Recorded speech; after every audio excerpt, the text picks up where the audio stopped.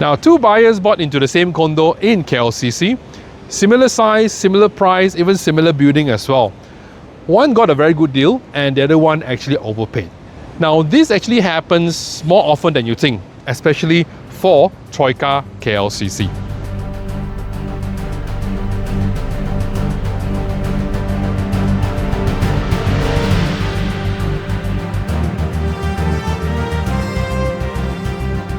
Now, you've been looking for properties around KLCC, right? Definitely you have heard of Troika KLCC before.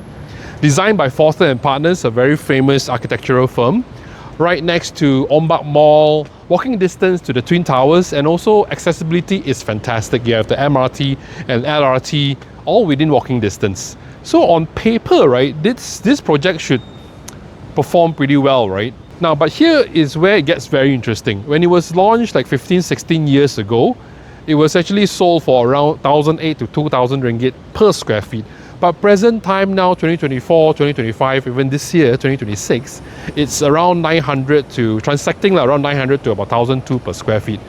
So what actually happened? So today, my very good friend Irene, who has been marketing this condo, Troika, for the last 15 years, she's going to share with you what are the challenges that Troika has been facing for the last 15 years. Yes, Irene, so the stage is yours.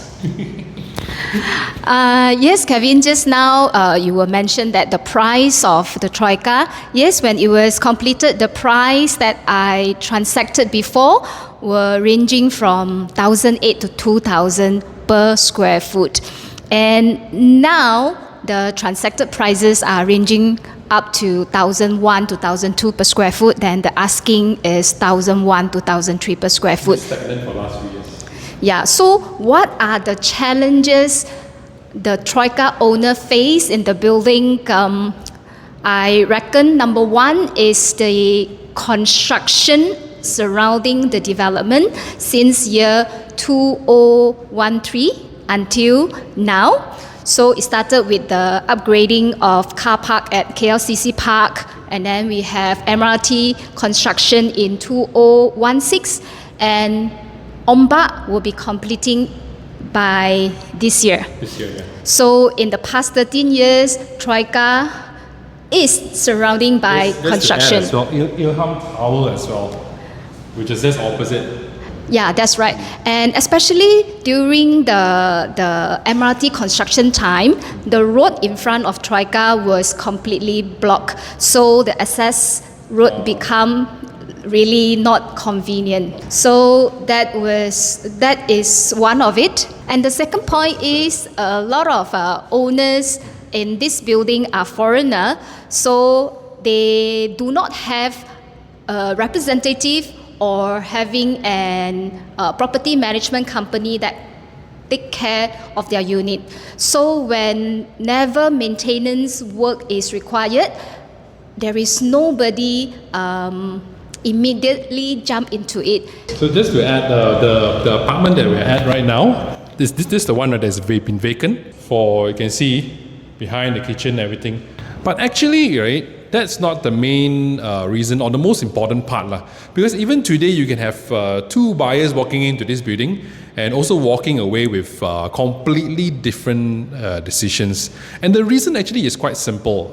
In this building, right, every unit is different. Yes. You have like how many? There are 57 layout in this building. 57 layouts. For 229 units only, so 57 layout. That is quite confusing. So you see, when people compare prices here, right, they're not awfully, they're not comparing the same thing, because as what Irene said, the layouts here also, they are more designed around views, not so much of efficiency or practicality. So there's 57 layouts, right? So some units you can see that they might feel very open, they might feel very comfortable, and some they might take a bit more time to get used to. So you see, when people say Troika is around 1,000 ringgit per square feet, right? That's only a rough estimate, because you're not just buying the building, right? You're also buying a very specific unit with its own special layout, exclusive view, and condition. So the condition of the unit also plays a big part as well here. Yeah. So some units are very well maintained, nicely renovated, ready to move in. And others, yeah, they're still in its original condition since the day it was handover until now.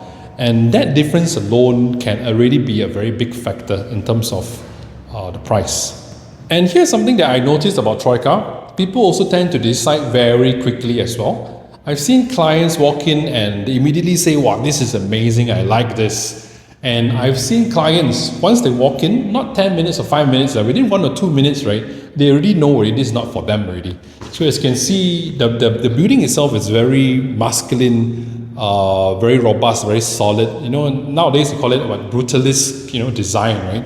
So yeah, it's a bit of a love and hate kind of building, and it's not something that suits everyone. So at the end of the day, right guys, you know, Troika doesn't punish buyers randomly. They usually only affects buyers who don't really understand what they're actually looking at. So because you see, if you're buying just based on price per square feet alone, or just comparing it with some of the nearby condos, right, that's where a lot of people actually get this wrong. So if you understand how the layouts actually work, right, which stacks actually makes more sense, then things can start to become more clearer. So one thing I would say is that the situation around Troika now, right, is quite different than before. In the past, you have a lot of external challenges like construction, MRT works, road disruptions while the MRT is building up. So most of that is already completed now already. Yes, at the moment, the construction surrounding the area is pretty much settled down. But don't forget, there are still potential construction that will be coming up, which is on top of Ombak, where the future M Towers will be located.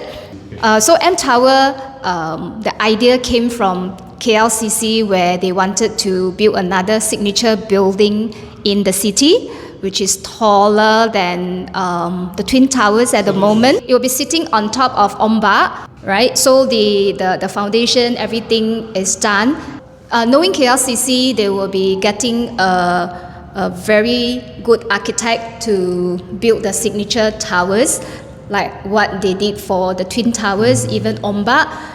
Hence, if there is a M Tower, Troika is just opposite or adjacent to another signature building in Malaysia. So two, one is M Tower and Twin Towers. That's right. With the kind of development coming up, right, so overall area is becoming more complete lah. Alright, so from a location point of view, the fundamentals are already there already. So, but at the same time, this doesn't mean that every unit here will perform the same.